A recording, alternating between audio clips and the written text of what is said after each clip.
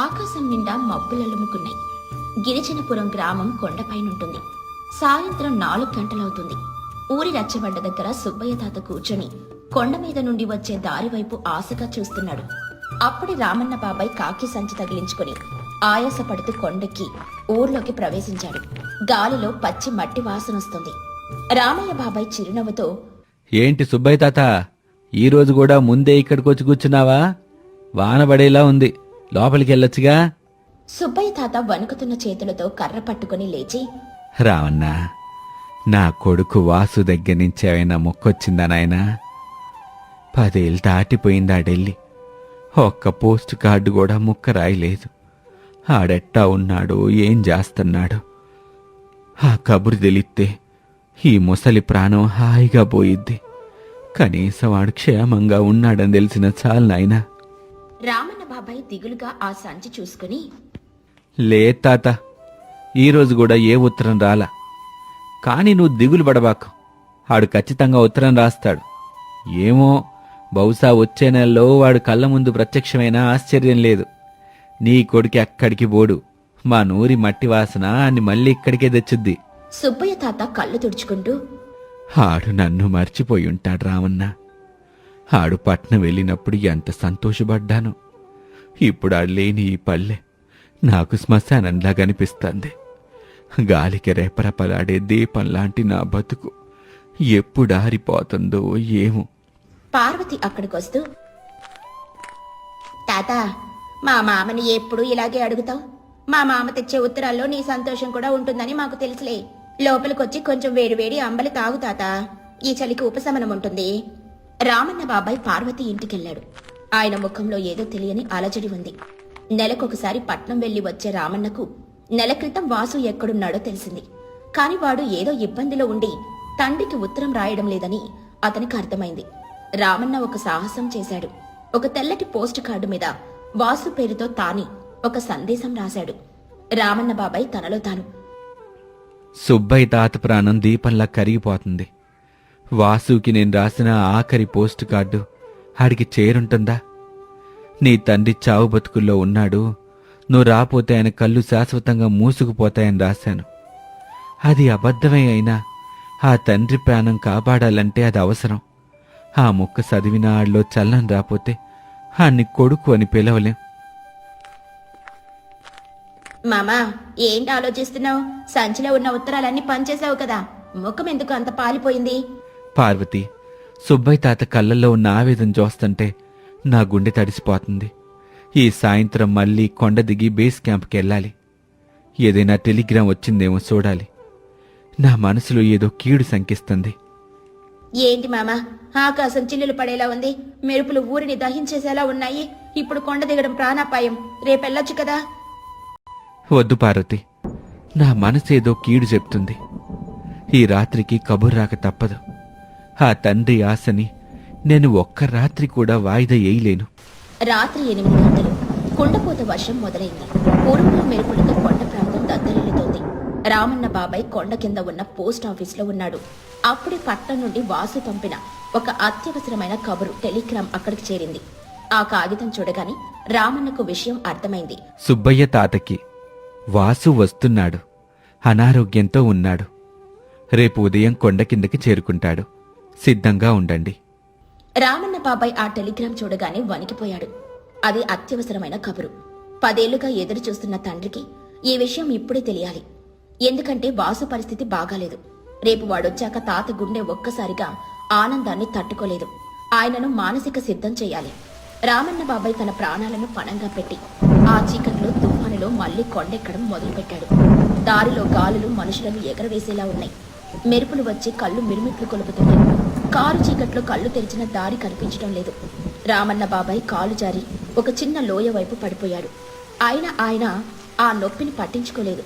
ఆ కాకి సంచిని ప్లాస్టిక్ కవర్లో చుట్టి తన గుండెకు హత్తుకున్నాడు. ఈ అక్షరాలు ఆ తండ్రికి ప్రాణంతో సమానం.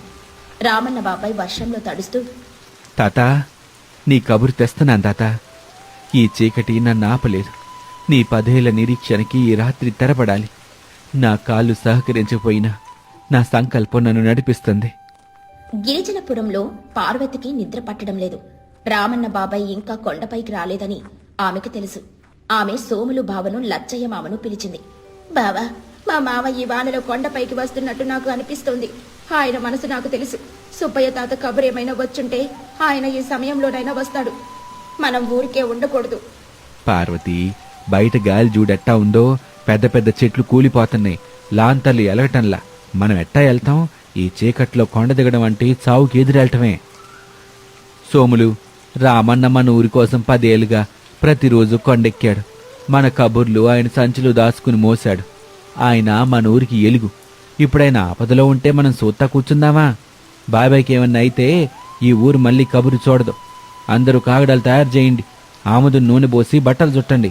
మనం మనుషులం కాదు, ఓ వెలుగ్గా వెళ్దాం. సోములు బావ మరో 2 యువకులు ఏకమయ్యారు.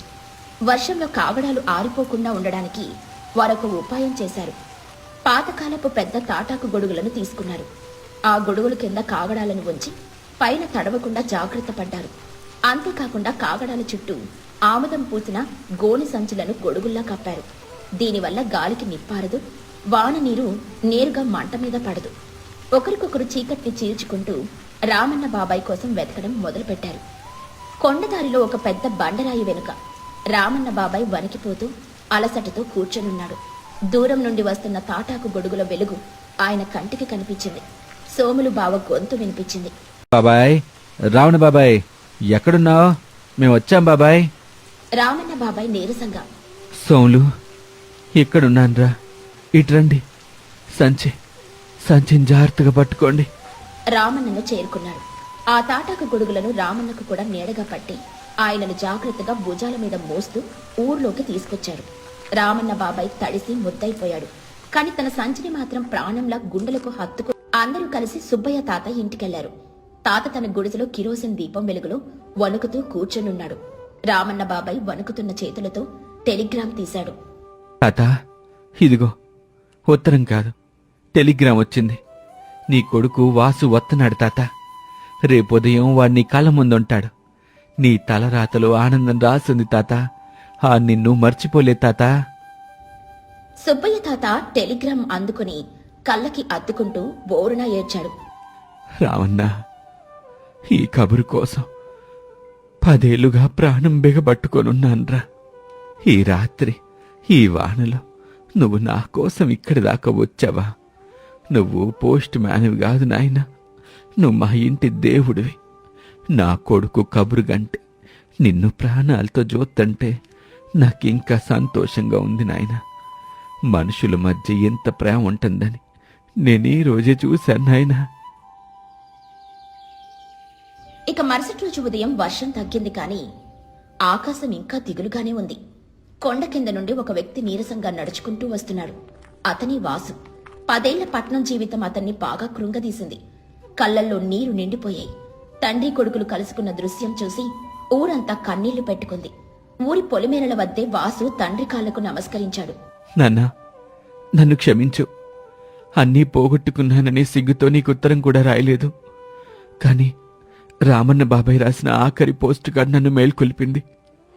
నీ తండ్రి చావు బ్రతుకుల్లో ఉన్నాడు అని అది చదివాక నా ప్రాణం ఆగలేదు నాన్న.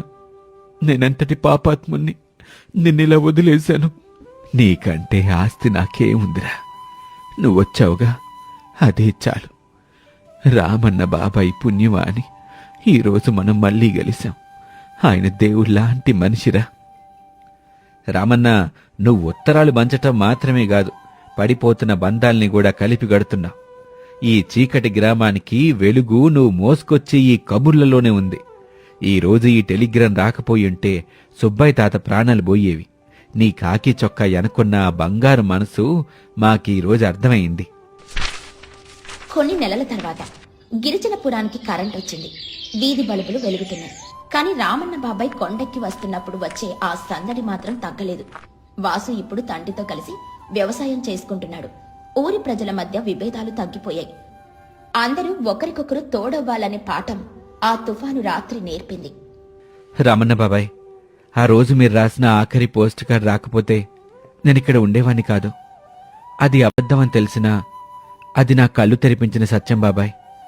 మీ రుణం మేం తీర్చుకోలేం. రామన్న బాబాయ్ చిరునవ్వుతూ, వరసలు కలిసుంటే ఏ చీకటైనా మనల్ని ఎడదేలేదు వాసు. కబురు కంటే అది మోసుకొచ్చే మనిషి మధ్య ఉండే ప్రేమే ముఖ్యం. ఉత్తరం అంటే అక్షరాలు కాదు, అది రెండు మనసుల మధ్య వంతెన. ఈ వెలుగు మన కళ్ళల్లో ఎప్పటికీ ఇట్టాగే ఉండాలి. నారాయణమూర్తి రచ్చబండ దగ్గర కూర్చొని, చూశారా, మనుషుల మధ్య ప్రేమ ఉంటే కొండలైనా తల వంచాల్సిందే. రామన్న తెచ్చిన ఆఖరి పోస్టు కార్డు మన ఊరి తలరాతనే మార్చేసింది. ఈ కథలోని నీతి ఏంటంటే, సమాచారం కంటే ఆ సమాచారాన్ని మోసుకొచ్చే మనిషి, అతనిపై మనకున్న నమ్మకం గొప్పవి. మనుషుల మధ్య ఉండే వరుసలు మరియు ఆత్మీయతలు కలిసుంటే ఎంతటి కఠినమైన తుఫానునైనా ఎదిరించి జీవితాల్లో వెలుగులు నింపుకోవచ్చు. ఐక్యమత్యమే ఏ సమస్యకైనా సరైన పరిష్కారం. మనిషికి మనిషి తోడుండడమే నిజమైన నాగరికత. ఒక్క అక్షరం ఒక జీవితాన్ని మార్చగలదు. ఒక్క మనిషి ఒక ఊరిని మార్చగలడు.